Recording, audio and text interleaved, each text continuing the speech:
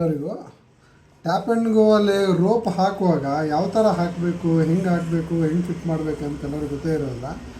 ಏನಂದರೆ tap and go first ಬಿಚ್ಚುವಾಗ ಇಲ್ಲೊಂದು lock ಇರುತ್ತೆ, ಇಲ್ಲೊಂದು ಲಾಕ್ ಇರುತ್ತೆ, ಎರಡು ಲಾಕ್ ಇರುತ್ತೆ. ಇದನ್ನು ಈ ಥರ ಪ್ರೆಸ್ ಮಾಡಿ, ಇದು ಎರಡು ಸೈಡ್ ಪ್ರೆಸ್ ಮಾಡಿ ಆಮೇಲೆ ಕ್ಯಾಪನ್ನು ಹೊರಗಡೆ ತಗೊಳ್ಬೇಕು. ಫಸ್ಟು ನೋಡಿ ಇಲ್ಲಿ ಇದೊಂದು ಲಾಕ್ ರಿಲೀಸ್ ಮಾಡಿ ಆಮೇಲೆ ಈ ಸೆಕೆಂಡ್ ಲಾಕ್ ಈ ಥರ ರಿಲೀಸ್ ಮಾಡಬೇಕು. ಸ್ವಲ್ಪ ಹೊಸದೇ ಇರುವಾಗ ಸ್ವಲ್ಪ ಟೈಟಾಗಿರುತ್ತೆ, ಅದನ್ನು ಬಿಚ್ಚಿ ಹೊರಗಡೆ ತೆಗೆದು ಲಾಕನ್ನು ಕ್ಯಾಪ್ ಮಾತ್ರ ಹೊರಗಡೆ ತಗೊಳ್ಬೇಕು. ಈ ಥರ ಅದ್ರ ಮೇಲೆ ಮೇಲ್ಗಡೆ ಸ್ಪೈಡರನ್ನು ಕೆಳಗಡೆ ಹೊರಗಡೆ ಇಟ್ಟು ಈ ಥರ ರೋಪ್ ಇರುತ್ತೆ.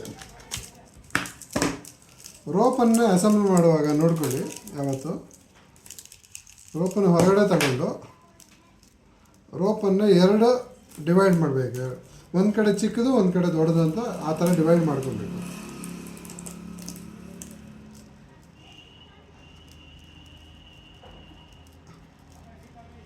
ಈ ಥರ ಡಿವೈಡ್, ಒಂದು ಚಿಕ್ಕದು ಒಂದು ದೊಡ್ಡದು ಈ ಥರ ಡಿವೈಡ್ ಮಾಡಿಕೊಂಡು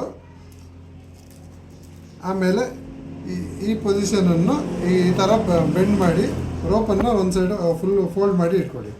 ಆಮೇಲೆ ಅಸೆಂಬಲ್ ಮಾಡಬೇಕಾದ್ರೆ ರೋಪನ್ನು ಇಲ್ಲಿ ಮಧ್ಯ ಒಂದು ಕಟ್ ಪೋರ್ಷನ್ ಇರುತ್ತೆ, ಈ ರೋಪನ್ನು ಈ ಥರ ಹಾಕ್ಕೊಳ್ಬೇಕು.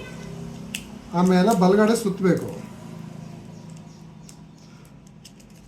ಬಲಗಡೆ ಸುತ್ತುವಾಗ ಎಳೆದು ಟೈಟ್ ಮಾಡಿ ಸುತ್ತಿದರೆ ಸ್ವಲ್ಪ ಚೆನ್ನಾಗಿ ಬರುತ್ತೆ ನಿಮಗೆ. ಹಿಂಗೆ ಸುತ್ತಿ ಆದಮೇಲೆ ಯಾವುದು ಚಿಕ್ಕ ಸೈಡ್ ಬರುತ್ತೆ ನೋಡಿ, ಫಸ್ಟ್ ಲಾಕನ್ನು ಈ ಥರ ಲಾಕ್ ಹಾಕ್ಕೊಳ್ಳಿ. ಆಮೇಲೆ ಇನ್ನೊಂದನ್ನು ಈ ಥರ ಆಪೋಸಿಟ್ ಎರಡು ರೋಪನ್ನು ಲಾಕ್ ಮಾಡ್ಕೊಳ್ಳಿ. ಅದಾದ್ರ ಮೇಲೆ ಟ್ಯಾಪ್ ಆ್ಯಂಡ್ ಗೋಗೆ ಕೆಳಗಡೆ ಸೈಡನ್ನು ಈ ಥರ ಫಿಟ್ ಮಾಡಿ ಆದಮೇಲೆ ರೋಪನ್ನು ಹಿಂಗೆ ಫಸ್ಟು ಹೈಲೈಟ್ ಒಳಗೆ ಹಾಕ್ಕೊಳ್ಳಿ ಫಸ್ಟು. ಆಮೇಲೆ ಸೆಕೆಂಡ್ ಒನ್ನು ಈ ಥರ ಹೈಲೈಟ್ ಒಳಗೆ ಹಾಕ್ಕೊಂಡು ಮೇಲ್ಗಡೆದು ಈ ಸ್ಪೈಡರ್ ಇದೆಯಲ್ಲ ಈ ಥರ ಫಿಟ್ ಮಾಡಿ ಇದು ಫುಲ್ ಪ್ರೆಸ್ಸಿಂಗ್ ಆಗಬೇಕು. ಇದು ಈ ಟೀತ್ ಇದೆಯಲ್ಲ ಈ ಥರ ಒಳಗೆ ಪ್ರೆಸ್ಸಿಂಗ್ ಆಗಬೇಕು. ಅದಾದ ತಕ್ಷಣ ಮೇಲ್ಗಡೆ ಕ್ಯಾಪನ್ನು ಇದು ಎರಡು ಹೋಲ್ ಥರ ಇರೋದಲ್ಲ ಈ ಲಾಕಿಗೆ ಕೋನ್ಸೈಡ್ ಆಗಿ ಪ್ರೆಸ್ ಮಾಡಿಬಿಟ್ರೆ ಲಾಕ್ ಆಗಿಬಿಡುತ್ತೆ. ಈ ಥರ ಪ್ರೆಸ್ ಮಾಡಿ ಆದಮೇಲೆ ಈ ನಾಬನ್ನು ಒಂದು ಸರಿ ಪ್ರೆಸ್ ಮಾಡಿ ನೋಡಬೇಕು. ಈ ಥರ ಪ್ರೆಸ್ ಆಗುತ್ತೆ, ಪ್ರೆಸ್ ಆಗಿದ್ರೆ ಕರೆಕ್ಟಾಗಿ ಕೂತಿದೆ ಅಂತ ಅರ್ಥ. ಈ ಥರ ನೀವು ಟ್ಯಾಪ್ ಆ್ಯಂಡ್ ಗೋ ರೋಪನ್ನು ಹಾಕಬೇಕು.